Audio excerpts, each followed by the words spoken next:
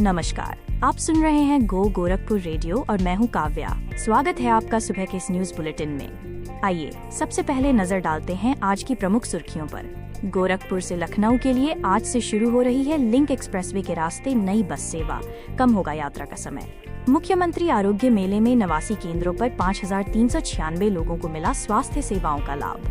Gorakhpur environmental action group के समारोह में विशेषज्ञों ने छोटे जलाशयों के संरक्षण पर दिया जोर। गोरखपुर में ठंड बढ़ी, 16 दिनों में 10.5 डिग्री सेल्सियस लुढ़का न्यूनतम पारा। रामगढ़ताल थाना क्षेत्र के एक रेस्टोरेंट में भीषण आग से एक कर्मचारी की मौत। प्रशासन ने 8 टीमों से अग्नि सुरक्षा जांच शुरू की। तो ये थी सुर्खियां। अब एक एक करके बात शहर की सभी प्रमुख खबरों की। शुरुआत कुछ सकारात्मक खबरों के साथ। सबसे पहले बात यातायात और परिवहन की। परिवहन निगम आज सोमवार से गोरखपुर से लखनऊ के आलमबाग के लिए लिंक एक्सप्रेसवे के रास्ते एक नई बस सेवा शुरू कर रहा है। इस सेवा से दोनों शहरों के बीच यात्रा का समय काफी कम हो जाएगा। बस रोजाना सुबह 8 बजे गोरखपुर के रेलवे बस स्टेशन से प्रस्थान करेगी और दोपहर 1 बजे आलमबाग पहुंचेगी। वापसी में ये शाम 4 बजे लखनऊ से चलकर रात 9 बजे गोरखपुर वापस आएगी। मुख्यमंत्री आरोग्य मेले में हजारों को मिला लाभ। जनपद के 89 नगरीय और ग्रामीण स्वास्थ्य केंद्रों पर रविवार को मुख्यमंत्री आरोग्य मेले का भव्य आयोजन किया गया। इस मेले में कुल 5,396 लोगों ने स्वास्थ्य सेवाओं का लाभ उठाया। इनमें 2,177 पुरुष, 2,657 महिलाएं और 562 बच्चे शामिल थे। मेले के दौरान 5 लोगों को आयुष्मान भारत योजना का गोल्डन कार्ड भी प्रदान किया गया। अब बात पर्यावरण संरक्षण की। गोरखपुर एनवायरमेंटल एक्शन ग्रुप के स्वर्ण जयंती समापन समारोह में पर्यावरण विशेषज्ञों ने छोटे जलाशयों और नदियों के संरक्षण की तत्काल आवश्यकता पर बल दिया। कार्यक्रम में ऑनलाइन शामिल हुए रेमन मैग्सेसे पुरस्कार विजेता डॉक्टर राजेंद्र सिंह ने कहा कि घटते भूजल स्तर को देखते हुए जल संरक्षण आज समय की मांग है। इस अवसर पर पर्यावरण संरक्षण के क्षेत्र में योगदान देने वाले कई विशेषज्ञों को हरित सम्मान से भी नवाजा गया। अब बात शिक्षा जगत की। दीनदयाल उपाध्याय गोरखपुर विश्वविद्यालय DDU ने UG और PG की आगामी सेमेस्टर परीक्षाओं की समय सारणी में आंशिक संशोधन किया है।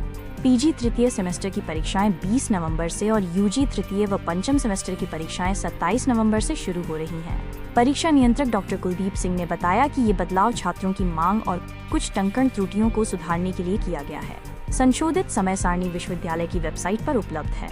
अब बात आस्था और मुहूर्त की। मांगलिक कार्यों का इंतजार कर रहे लोगों के लिए अच्छी खबर है। सहालक की शुरुआत 18 नवंबर से हो रही है।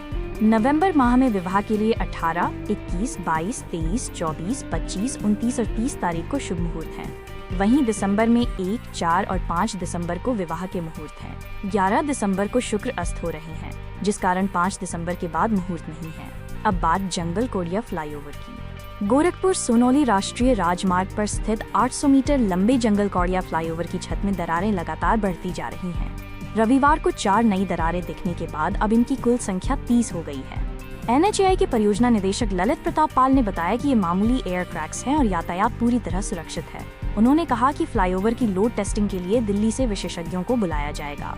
अब बात ठंड और मौसम की। पहाड़ों पर हो रही बर्फबारी और पछुआ हवाओं के प्रभाव से गोरखपुर में ठंड बढ़ गई है। पिछले 16 दिनों में न्यूनतम तापमान में 10.5 डिग्री सेल्सियस की गिरावट दर्ज की गई है। रविवार को न्यूनतम तापमान 10.7 डिग्री सेल्सियस रहा, जो सामान्य से 4.4 डिग्री कम है। तापमान में इस तेज गिरावट के कारण नवंबर के मध्य में ही दिसंबर जैसी सर्दी महसूस हो रही है। अब बात बिजली निगम की नई पहल की। बिजली निगम अब उपभोक्ताओं से बिल वसूलने के लिए एक नई पहल करने जा रहा है। निगम के जूनियर मीटर टेस्टर, JMT और अन्य कर्मचारी उन उपभोक्ताओं के घर घर जाएंगे जिन्होंने लंबे समय से बिल जमा नहीं किया है। प्रत्येक कर्मचारी को 10-10 घरों में जाकर बिल जमा करने के लिए प्रेरित करने का लक्ष्य दिया गया है। ये कर्मचारी उपभोक्ताओं के मोबाइल में UPPCL स्मार्ट ऐप भी इंस्टॉल कराएंगे। अब बात हादसों और घटनाओं की। रामगढ़ताल थाना क्षेत्र में रविवार तड़के बौद्ध संग्रहालय के सामने स्थित एक 4 मंजिला इमारत में भीषण आग लगने से एक कर्मचारी की मौत हो गई। प्रारंभिक जांच में आग का कारण शॉर्ट सर्किट माना जा रहा है।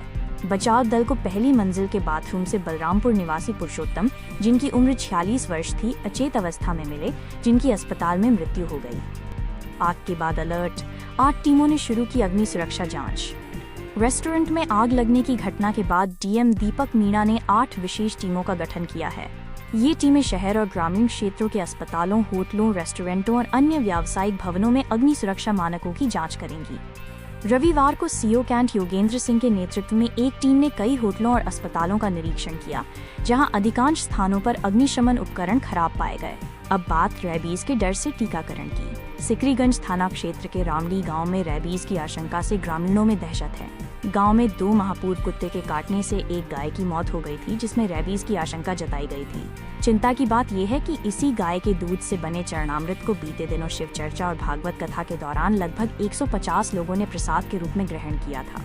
इस घटना के बाद रविवार को 59 और लोगों ने रैबीज का टीका लगवाया, जिससे अब तक टीका लगवाने वालों की कुल संख्या 129 हो गई है। अब बात हत्या के प्रयास के एक सनसनीखेज मामले की। उरुआ थाना क्षेत्र के एक गांव में रविवार को एक दिल दहला देने वाली घटना सामने आई, जहां एक महिला ने अपने प्रेमी अंकित चौरसिया के साथ मिलकर अपने ही पति का गला धारदार हथियार से रेत दिया। युवक को गंभीर हालत में बीआरडी मेडिकल कॉलेज में भर्ती कराया गया है। पीड़ित की मां की तहरीर पर पुलिस ने हत्या के प्रयास का केस दर्ज कर आरोपी पत्नी और उसके प्रेमी को हिरासत में ले लिया है। अब बात ज्वेलरी स्टोर में हुई चोरी की। कैंट थाना क्षेत्र के एक ज्वेलरी स्टोर में स्टॉक मिलान के दौरान सोने के आभूषणों में अंतर पाए जाने के बाद चोरी की आशंका जताई गई है। स्टोर प्रबंधन की सूचना पर पुलिस ने अज्ञात के खिलाफ चोरी का मुकदमा दर्ज कर लिया है। पुलिस मामले की छानबीन कर रही है और स्टोर के सीसीटीवी फुटेज खंगाल रही है। तो आप सुन रहे थे हमारा सुबह का न्यूज बुलेटिन। अब ये बुलेटिन यहीं समाप्त होता है। अपना और अपनों का ध्यान रखें और जुड़े रहें गो गोरखपुर रेडियो के साथ। हमारे नियमित श्रोताओं की सूची में अपनी जगह पक्की करें और अभी सब्सक्राइब बटन को प्रेस करें। नमस्कार।